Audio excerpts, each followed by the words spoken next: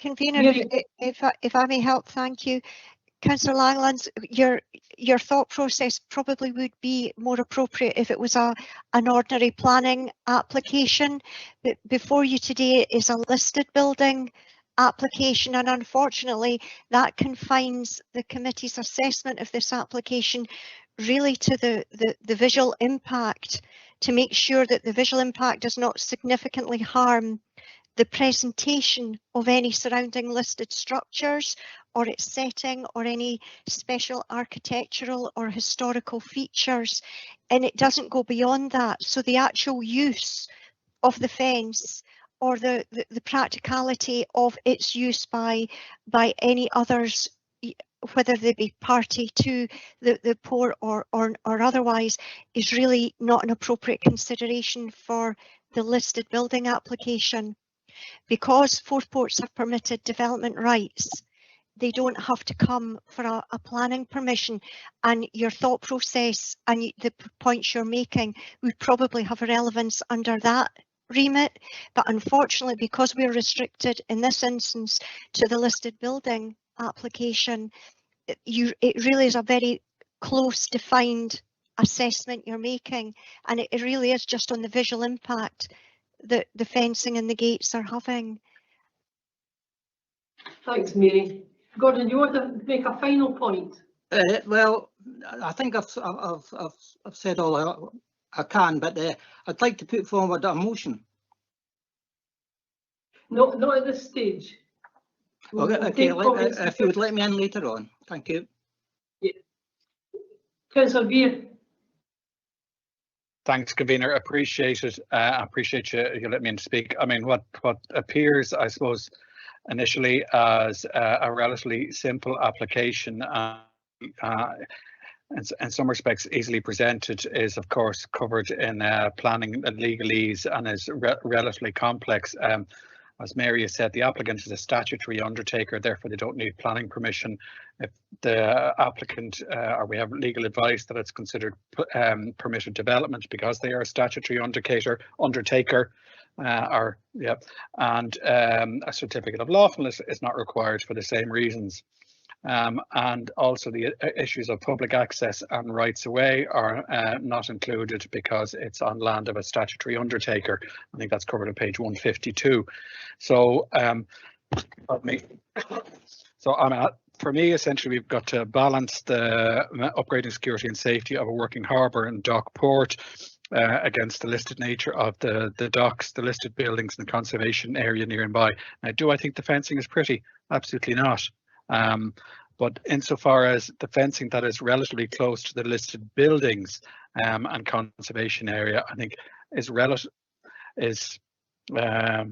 relatively minimal compared to some of the other fencing that are around. I mean, would I like that there was greater access to the sea wall, which is probably for me the most important feature? I would, but on the other hand, I understand that the security natures are security nature, and in short, I honestly can't see a reason to refuse, given the advice that we have had and the fact that it is a working port and that the fencing close to the listed buildings and the conservation area is not as significant as the fencing elsewhere. Would I wish there was access along the seawall? Absolutely, but I don't think that's an option in front of us today, and I don't think there would be sufficient grounds to refuse it just based on that alone. Thanks for that, John. I don't have anybody else indicating they want to ask a question or make a comment. So Gordon, you're free to move your motion. Thank you, Convener. Whilst I welcome the Fourth Port's efforts to make the port safer and to become a secure port, I would like to move a motion to refuse on the grounds of the plan currently as presented does not respect the historical and setting of the harbour, and also it does not address public access safety, and I'm looking for a seconder. Not sure that's 100% competent, and certainly in relation to the public access it isn't. In relation to the first part, you may have a point, but it's a very woolly motion, to be honest. Well, I'll drop the second part and just leave it as the plan as current does not respect the history and setting. What you're doing is you're moving the refusal Yes, please. application. Is there a seconder? I'll second that, No. Chair. Right, okay, Bobby. Mary, do you want to make any legal comment before I move the report? Can't hear you. Apologies, convener. The only thing I would advise is, Councillor Langland, you've said that the current design does not respect the historical setting of the harbour. Could you explain in what manner it does not respect the harbour? In what way the design of the fencing and the gates does not respect the harbour? In respect to its position and the size of. Let me just get my words right here. Yes, in respect to its position with respect to the railway line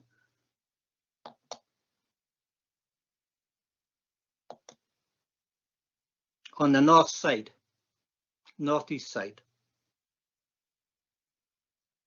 Being the railway line's not listed. Yeah. Yeah. The railway line itself is listed. Do you mean the station buildings?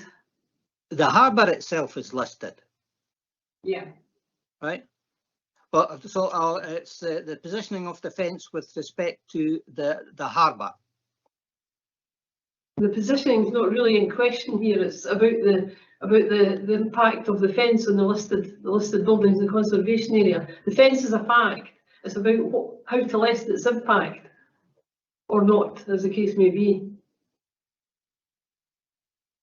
Mary, could you come up with a form of words that would allow Councillor Langlands to move forward? Convener, it's difficult.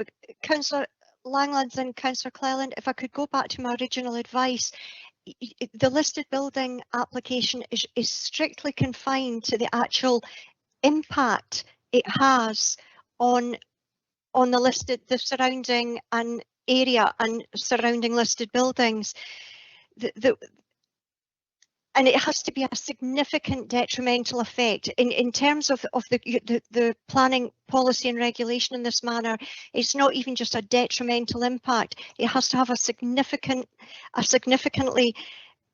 must significantly harm the preservation and appearance of the listed buildings. It must detrimentally impact against the harbour.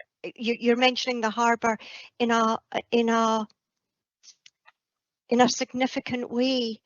It's positioning, the conveners advising you correctly here, the positioning of the fence itself would not be, in my view, a very strong foundation to defend an appeal on.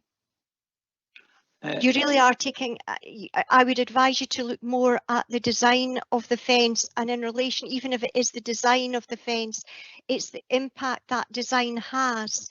It would be tantamount to having such a significant impact on the listed buildings and structures that would merit refusal. And in this, with this particular application, it's certainly not an easy task. Mary, how about if I change the motion to the effect the design of the fence, the effect the design of the planned design of the fence has on the view of the listed harbour? I think that's certainly stronger than the first. Your first motion. Are you, just so I can understand you, are you saying that the actual structure of point of order, if I may, convener?